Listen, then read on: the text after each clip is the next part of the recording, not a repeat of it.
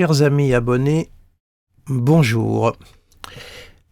Écoutez, j'espère que vous allez bien en cette période peu réjouissante. Alors nous sommes aujourd'hui le vendredi 24 mars. Il est exactement 9h03 et l'enregistrement a lieu sous l'heure planétaire de la Lune. Voilà pour être précis. Alors que vous dire qu'il ne soit désolant, accablant? Je vous renvoie à ma dernière vidéo sur les 2 cycles de lunaison, la lune décroissante et la nouvelle lune, dans laquelle j'avais annoncé l'application du 49.3 et que le mouvement allait monter en puissance. Contrairement à ce que tous les chroniqueurs annonçaient la semaine dernière, au vu de la mobilisation de samedi. On se demande sur quelle planète les chroniqueurs vivent. Vraiment, ils sont complètement hors sol. Alors voilà, le 49.3 a été mis en place et on a pu constater ce qui s'est passé. Nous y sommes. Alors vraiment c'est catastrophique. Il n'y a pas d'autre mot à dire. Alors vous avez sous les yeux le thème de la nouvelle lune. J'ai voulu démarrer de là. Le 21 mars dernier, il y a eu la nouvelle lune qui s'est faite en bélier. Souvenez-vous que je vous avais parlé du climat insurrectionnel que cette nouvelle lune risquait d'avoir.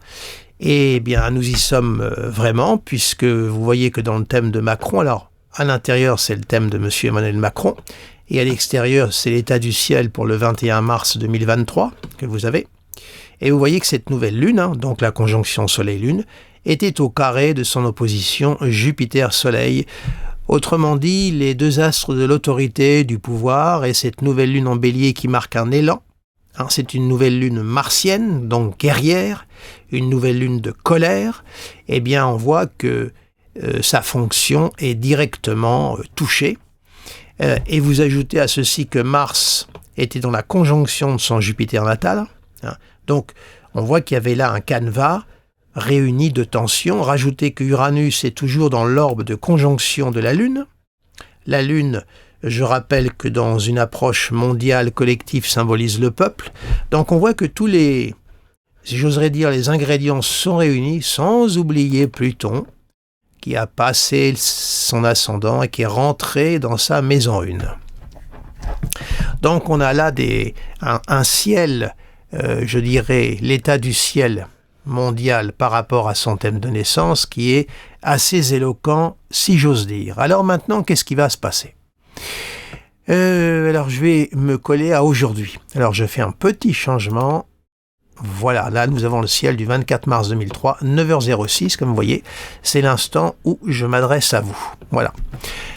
Alors là, qu'est-ce qu'on voit ? Eh bien, on voit que les planètes lentes bougent très peu, par définition. Vous voyez là, on a un Pluton qui est à 0 degré du Verseau. Ça y est, il est entré dans le signe du Verseau.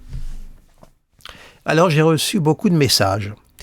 Parce que sur Google, un petit peu partout, on parle de l'entrée de Pluton dans le signe du Verseau et que la dernière fois où Pluton a navigué dans le signe du Verseau, ça remonte à la Révolution française. Alors c'est exact. Lors de la Révolution française, Pluton était dans le signe du Verseau, il était pratiquement au mi-temps du signe. Voilà. Alors c'est vrai que nous avons là une répétition de configuration et un état général sur le plan terrestre qui sont similaires. On a un climat tout au moins insurrectionnel. Mais je pense que le temps fort sera l'année prochaine, parce que l'année prochaine, nous allons avoir 2 éléments qui vont être contigus. Pluton en Verseau, parce que là, Pluton va rester en Verseau pendant 3 mois, avril, mai, juin, puis ensuite il va rétrograder en Capricorne. Et c'est l'année prochaine où il fait vraiment son entrée effective en Verseau. Or, en 2024, nous aurons effectivement Pluton dans le signe du Verseau, auquel s'ajoutera le cycle Jupiter-Uranus en Taureau. Or, au moment de la prise de la Bastille, nous avions Pluton Verseau et le cycle Jupiter-Uranus qui était en place. Donc nous sommes là, je dirais, à l'amorce du commencement, du début d'un bouleversement. Nous sommes là dans un phénomène de basculement actuellement. Donc il faut se préparer à bien des surprises à venir. et celles-ci ne vont pas uniquement être circonscrites à l'année 2023. Alors je reviens maintenant à aujourd'hui, au 24 mars. Donc vous voyez, on a un Mars là qui va continuer d'avancer. Et Mars va rentrer très très rapidement dans le signe du Cancer. D'ailleurs, on va rester sur Mars. Alors vous voyez que le Mars là pour Macron n'est pas bon, hein. Il est en pleine opposition de sa conjonction Soleil-Mercure. Hein. Donc sa fonction d'autorité est complètement agressée, attaquée. Bon. Alors en même temps, je tiens à préciser qu'il fait tout pour récolter cette colère. Parce que qu'est-ce que vous voulez, quand vous avez un président qui ne veut rien entendre, qu'est-ce que vous voulez, il faut bien trouver un moyen de se faire entendre. Hein, évidemment. Alors, Mars va avancer. Alors, on va le faire avancer, là. Voilà. Et le 26 mars 2023, Mars va rentrer en Cancer. Hein, il sera en conjonction exact de son Jupiter natal. Hein. Vous voyez. Bon. Alors on a l'habitude de dire dans l'astrologie traditionnelle, et l'astrologie d'ailleurs en général, que Mars en Cancer, il est en chute. Parce qu'on le dit exalté en Capricorne. Bon. Mais personnellement, je considère qu'une planète, quand bien même est-elle en exil ou en chute, elle conserve ses valeurs intrinsèques. Autrement dit, Mars, ça reste Mars. Mais là, en Cancer, il va être sous la gouverne de la Lune. Alors, la Lune, qu'est-ce que c'est ? Bien, c'est tout ce qui relie les sentiments. C'est l'affectivité. Et on voit que cette affectivité, ces sentiments, reçoivent Mars. Donc là, il y a une blessure. Il y a une intensification de la blessure. Ce sentiment d'humiliation, parce que la Lune, en analyse collective, c'est le peuple. Donc on a un Mars qui rentre dans le signe du peuple. La Lune. Donc il va y avoir une accentuation de cette blessure, de cette humiliation que les gens ressentent et que nous ressentons, parce que je dis les gens, j'en fais partie d'abord, donc que nous ressentons. On a un président là, juché sur son trône, qui n'entend rien, c'est moi le roi soleil, c'est moi qui ai la parole de vérité, et ça sera comme ça. Alors évidemment, avec un Pluton à l'ascendant, ce gars-là porte le chaos en lui, hein, il va pas enfanter d'une étoile comme disait Nietzsche, mais il va nous conduire vers le chaos. Hein. Ça, là-dessus, je renvoie à l'étude que j'avais faite de Santem en 2017, où j'avais pris justement comme argument de départ l'opposition de Soleil-Jupiter. On a un président de la République qui est psychorigide, qui est au-dessus de tout. Hein. Donc là, on peut s'attendre à ce que ce gars-là aille jusqu'au bout. Il ne faut pas rêver, il ne va pas céder. En plus, il a une constitution qui lui permet de tout régler. Hein. Si ça tourne en insurrection, en révolution, il a l'article 16 pour tout boucler. Vous savez, on a une constitution qui protège le président de la République d'une façon, je dirais, excessive. Donc, également, on arrive là aussi quelque chose qui va basculer, c'est cette 5e République. Combien de temps va-t-elle encore résister ? Là aussi, il y a des grandes questions qui se posent. Mais là, qu'est-ce que l'on voit ? Ce Mars, donc, qui va rentrer en Cancer. Donc, ce Mars en Cancer, moi, je ne le vois pas s'affaiblir, il va changer de forme, c'est-à-dire qu'il va piquer au plus profond de soi. Vous voyez ? La Lune, c'est les sentiments, c'est le signe de la famille. Justement, cette lutte contre la réforme de la retraite, c'est parce que les gens, ils ont envie de vivre, ils n'ont pas envie de crever pour leur travail. Travailler plus pour gagner plus, c'est fini, les gens ne veulent plus en entendre parler. Ils ont envie de vivre. Et quand vous avez des gens qui se tapent 1h15 de transport le matin, 1h15 de transport au retour et aller, donc 3 heures de transport par jour pour aller travailler dans des conditions de travail épouvantables, eh bien quand ils arrivent en fin de carrière, leur dire « mon petit bonhomme, tu vas avoir 2 ans de plus à faire », ils ne veulent pas l'entendre. Et c'est tout à fait normal.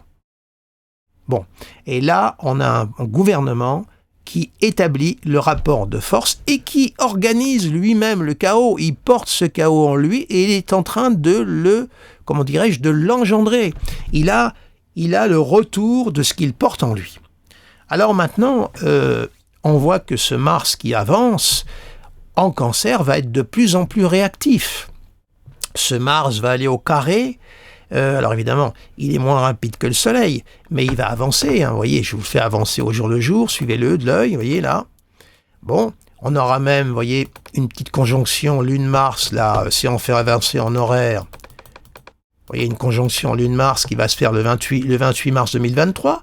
Une conjonction Lune-Mars qui sera pile sur son Jupiter natal. Attention à ce qui va se passer durant cette période-là. Là, c'est un climat encore. On revient à cette lune martiale dont je n'ai cessé de vous parler. Là, on l'a en plein le 28 mars. Une période à noter. Et puis Mars va continuer son chemin. Vous savez que Mars a un rythme de transit de 2 mois dans chaque signe du zodiaque, ce qui fait qu'il a un cycle de 24 mois. Bon, donc là, on voit que ce Mars va être beaucoup plus sensible, donc beaucoup plus réactif. Là. Et il va aller donc progressivement, il va filer. Vous voyez, je le fais avancer énormément. Et alors, il va y avoir. Maintenant, je vais très très loin dans le temps. Je vais en profiter puisque je suis en train de vous parler. Alors, vous m'excuserez, je peux avoir l'air un petit peu décousu, mais comme vous le savez, je ne prépare jamais rien avant. Je suis toujours dans l'instant de manière à être avec vous quand vous m'écoutez et vous m'entendez. J'ai pas envie de tout préparer par écrit et de vous faire une lecture. J'ai envie d'être dans la spontanéité et de découvrir le ciel en même temps que vous. Voilà. Et de vous faire part de ce que je peux y lire et ressentir aussi à travers, puisque il faut pas oublier que l'interprétation astrologique aussi, il y a la technique, mais il y a aussi la part d'intuition, de ressenti qui intervient. C'est toute une alchimie. Vous comprenez l'interprétation astrologique. Bon, alors, moi, je voudrais vous amener à la configuration qui va être particulièrement significative, et elle va avoir lieu au mois de mai. Alors, je vais avancer d'1 mois. Alors, je vais nettoyer le ciel, voilà, aucun aspect, plus 1 mois, et voilà, regardez. Vous voyez, le 18 mai, vous voyez bien, hein, on va, alors, avoir un Mars qui va stationner sur la pointe de 7 à l'opposition de son Mars natal. Mais je voudrais vous montrer la formation de la nouvelle lune qui aura lieu durant la même période. Alors, je vais avancer d'1 jour. Voilà. Donc, grosso modo, bon, si je veux mettre la nouvelle lune, vous voyez, suivez là, la nouvelle lune est ici. Hein, ici. Voilà. Donc, le 19 mai, nous allons avoir une nouvelle lune qui va se faire sur la cuspide, vous voyez, le fond du ciel du thème d'Emmanuel Macron, donc opposé à son milieu du ciel. Vous voyez, voilà, au carré de Saturne. Et nous aurons Mars qui va être à l'opposition, il va y avoir l'opposition Mars-Pluton sur la ligne d'horizon de son thème. Autrement dit, la maison 1, c'est moi, la maison 7, c'est les autres. Et là, on a Mars qui se dresse devant lui. Donc, on est là dans une période actuellement d'accentuation, d'intensification du conflit. Et durant ces périodes-là, entre la période du 28 mars que je vous ai indiqué tout à l'heure, hein, et cette période du 19 mai, on peut s'attendre, on ne va pas se retrouver encore dans un mai 68, mais après tout, on peut toujours extrapoler, tout au moins, on voit que là, il y a une concentration qui se met en place, et puis ce Mars va continuer son avancée.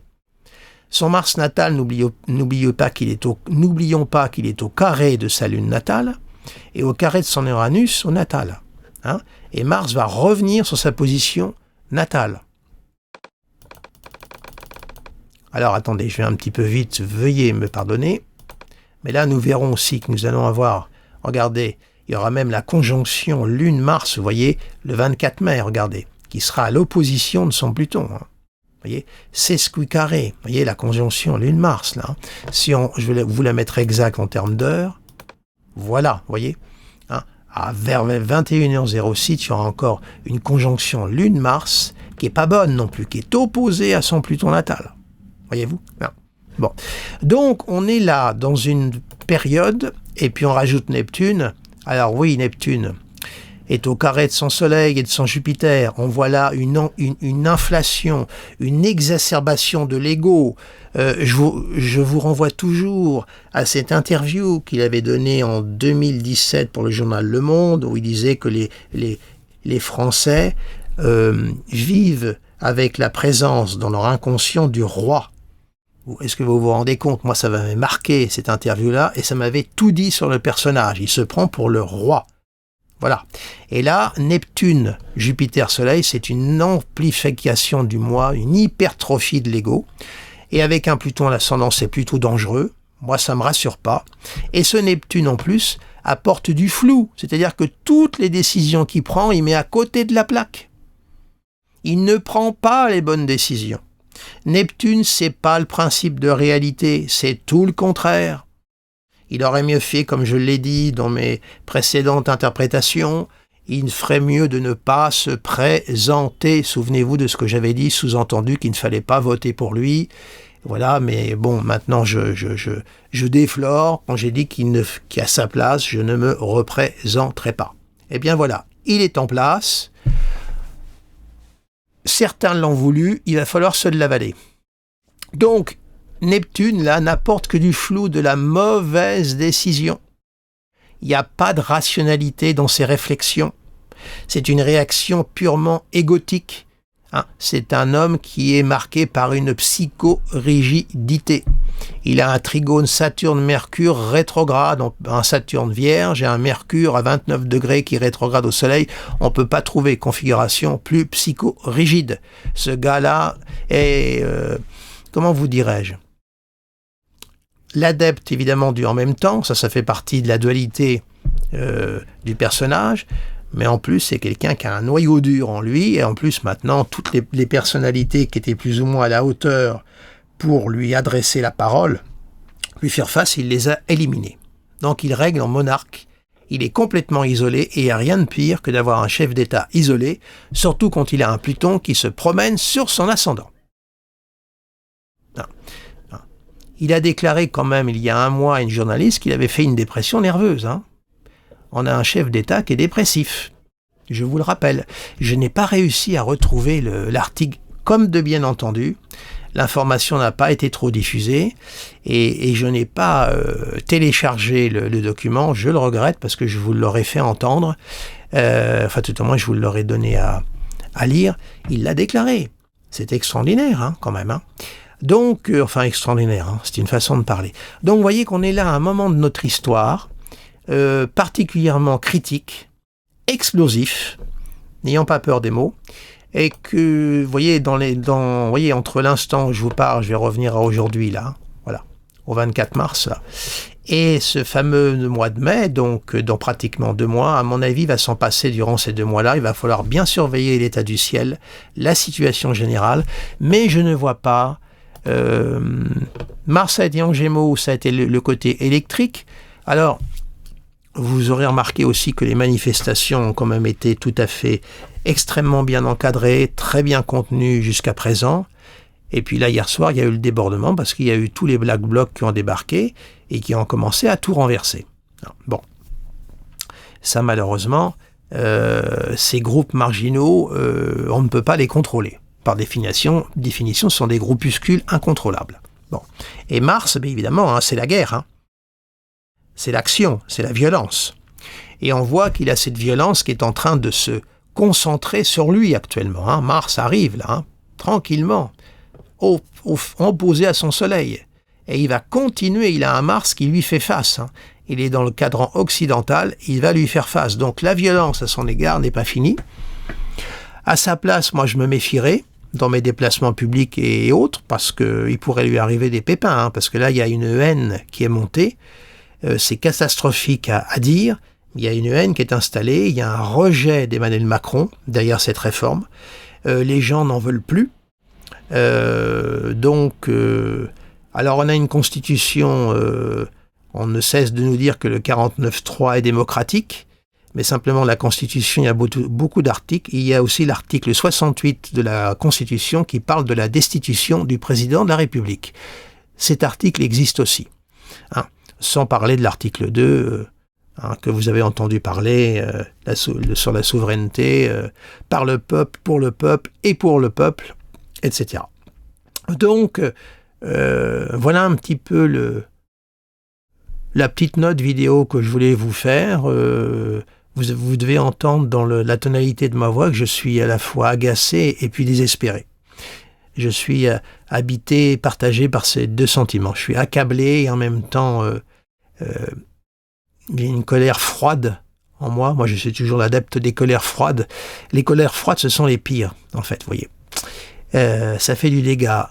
Ça fait du dégât intérieurement, en fait. Et vraiment, je trouve ça épouvantable d'avoir... On est dans un déni de démocratie, il faut qu'on arrête de nous casser les oreilles en disant c'est légal. On a là un président qui commet une faute morale. C'est même pas le fait de la légalité, on est dans quelqu'un qui commet une faute morale, qui est la suivante: je ne vous entends pas, vous ne m'intéressez pas, vous n'avez aucune valeur, c'est ma parole qui compte. Et en plus, il commet encore cette ultime provocation de prendre la parole à 13h, autrement dit au moment où les gens travaillent, ils ont leur pause déjeuner. Non mais tout pour montrer son mépris. Vous m'excuserez, mais on ne peut pas dire autre chose. Voilà, écoutez, voilà cette note. Je vous remercie de votre attention, de votre fidélité. N'hésitez pas à partager cette vidéo si vous estimez qu'elle en vaut la peine. Mettez un j'aime si vous l'aimez, comme ça la référence un petit peu mieux. N'hésitez pas non plus à vous inscrire à la newsletter de mon site. Vous trouverez l'adresse à la fin de mon document. Et puis, écoutez, je vous souhaite beaucoup de courage. Essayez de votre côté de cultiver des belles choses quand même. Cultivez votre petit jardin à vous. Surtout, ne vous laissez pas totalement envahir par ces miasmes-là. Qu'il est en train de nous envoyer là. Essayez de vous préserver de ça le plus possible et apporter de la lumière dans votre vie. Voilà, parce qu'en ce moment, nous en avons terriblement besoin. Voilà, je vous souhaite une belle journée et puis je vous dis à très très bientôt. Au revoir.